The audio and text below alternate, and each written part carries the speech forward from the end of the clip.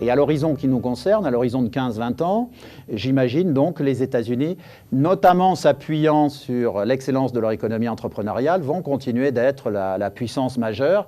Alors, néanmoins, le conflit est spectaculaire et gigantesque entre ces deux géants. Donc la question c'est, ok, on a des grandes évolutions tendancielles, on a les jeux d'acteurs entre la Chine qui veut redevenir la première puissance du monde, les États-Unis qui veulent le rester impérativement.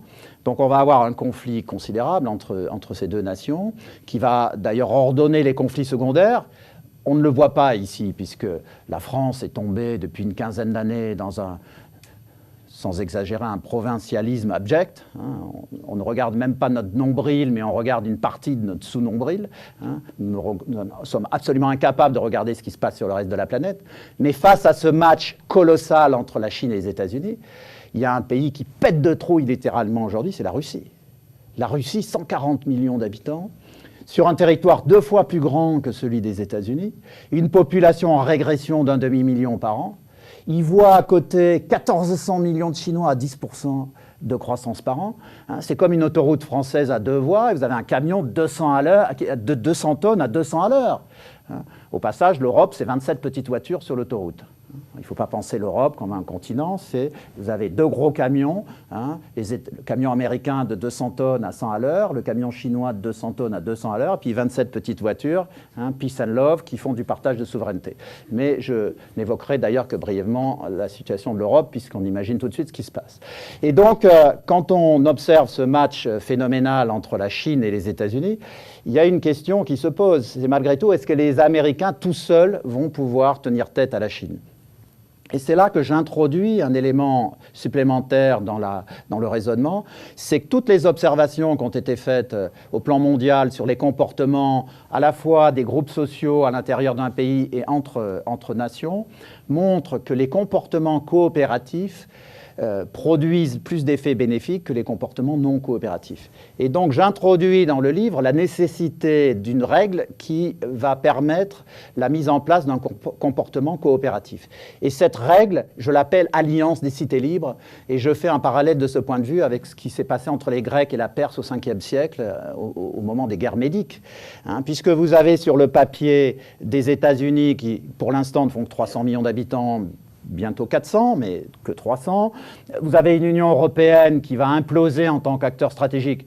C'est d'ailleurs beaucoup dire, puisqu'elle n'existe pas. Disons, on va simplement observer qu'elle n'existe pas. Ça va devenir une évidence pour tout le monde.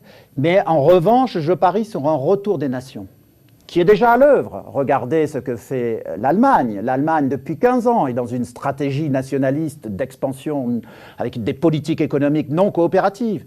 L'Angleterre, qui tranquillement vient de dévaluer 30% pour essayer de relancer son économie. Et puis, même l'Italie ou l'Espagne mènent des politiques de ce type. La France étant aujourd'hui un acteur stratégique à zéro, qui a tout le potentiel pour réussir, mais qui n'en fait rien.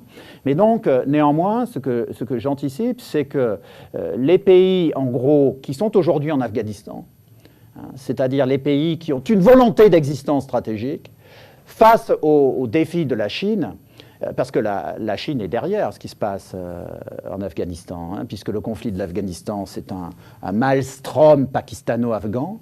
Il ne faut pas oublier que c'est la Chine qui a donné aux Pakistanais les connaissances scientifiques qui leur ont permis de développer la bombe. Donc, ce qui montre d'ailleurs qu'il y a un autre acteur qui pète de trouille dans le coin, c'est l'Inde, qui voit très bien ce qui se passe, le jeu de la Chine. Je vous signale que pour essayer de contourner le Pakistan, l'Inde a développé massivement ses liens avec l'Afghanistan. Ils ont plus de 4000 coopérants indiens en Afghanistan aujourd'hui, et il y en a plusieurs qui meurent par jour par accident. On ne sait pas pourquoi. Évidemment, les Indiens ont une idée. Et donc, c'est ce qui explique les tensions entre la Chine et l'Inde d'un côté et l'Inde et le Pakistan de l'autre. Donc, dans ce maelstrom, j'imagine que, dans un premier temps, les Américains En tout cas, c'est ce que je souhaite. Et c'est pour ça que j'ai écrit ce livre, d'ailleurs. Je me suis dit, j'anticipe l'histoire, mais peut-être que je vais essayer de jouer un petit rôle, à condition qu'il soit publié en anglais, parce que j'imagine qu'en français, ça n'intéressera que à peu près les gens qui sont dans la salle, et puis une quinzaine en dehors. Mais, et puis des personnes sur le net qui sont isolées sur le territoire, puisque la communauté intellectuelle parisienne est dévastée. Hein. Il n'y a plus de réflexion, à part de savoir si Sarkozy a changé de montre d'un jour à l'autre. Et donc, quand on regarde cet avenir, je me dis que les Américains vont s'allier avec les Anglais et les Français dans un premier temps, rejoints par les Allemands et les Russes dans un second temps, et ils vont créer ensuite avec les Indiens une alliance des cités libres pour résister à cette pression montante phénoménale de la Chine. Je rappelle que la Chine, c'est plus 15% par an de dépenses militaires chaque année, donc une croissance de ces dépenses militaires de 15% par an. On n'a jamais vu qu'on dépense des budgets comme ça simplement pour faire des parades.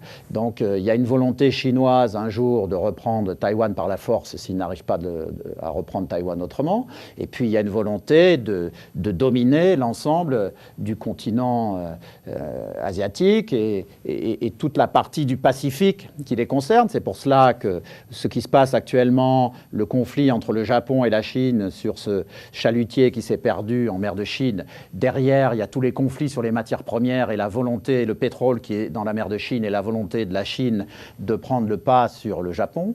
Donc dans ce contexte, j'imagine que cette alliance des cités libres devient l'instrument des États-Unis, non pas pour vaincre la Chine. J'imagine bien qu'à un moment donné, en 2022-2023, il va y avoir un moment de coagulation des oppositions entre la Chine et les États-Unis, mais j'imagine que par l'intermédiaire de cet instrument géopolitique qui s'appelle Alliance des cités libres, les États-Unis arrivent progressivement à ramener la Chine dans le jeu des nations, ce qui sera d'autant plus facile en 2022, 2023, 2024, que le moment chinois sera pour l'essentiel passé, que les Chinois seront entrés dans ce déclin démographique et qu'ils auront donc intérêt à devenir des bons joueurs.